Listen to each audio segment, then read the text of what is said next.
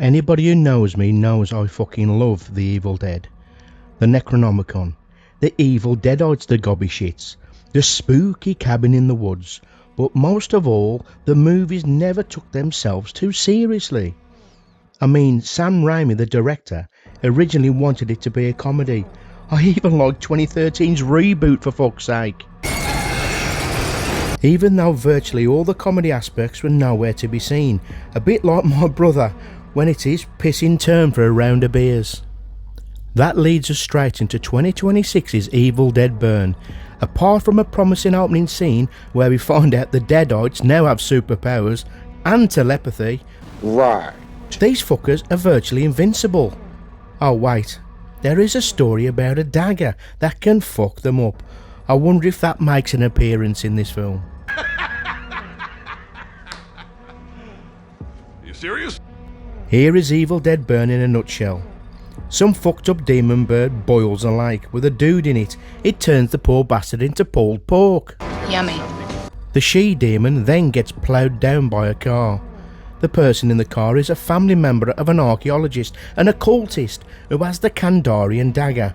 Well, cover me in egg and flour and bake me for 30 minutes. That was a coincidence. The person in the car burns to death while the decapitated head of the deadite bird laughs her ass off. Actually, maybe it was a comedy after all. Now at the cremation of the crispy bastard, McCrispy comes back alive and possesses his dad, so all the family retreat to their grandfather's old house, which by the way is an absolute shithole. Grandfather's old house. I wonder if that dagger's there. One by one they all fall fell to the deadite possession as they cause absolute carnage looking for the dagger. Now Evil Dead Burn is a typical Evil Dead film in many ways, apart from this one is absolute fucking wank. It's another horror film where I was rooting for the Deadites. I could not give a rat's ass about any of the characters, especially the slaphead dad. He's an absolute dick splat, and what he'd done to the family dog in this film is totally unforgivable. After that scene, people, I was this close to turning that shit off once and for all. All the characters can get fucked up in this film as far as I'm concerned, but leave the bastard dog out of it. He was the best actor, for fuck's sake. But thinking about it, the film does have a few plus points. The practical effects were there in abundance. The opening scene, like I said, was decent. Stupid, but decent. And the melee in the car with the old slaphead dog killer and his son and girlfriend was a really good sequence. But the fucking rest of the film is an absolute shambles. It didn't feel like an Evil Dead film to me. He's out of line, but he's right. Even though the Evil Dead lore is there hanging about like a bad smell in the background. Necronomicon ex mortis. I did laugh a couple of times, hold up. Maybe it was a comedy.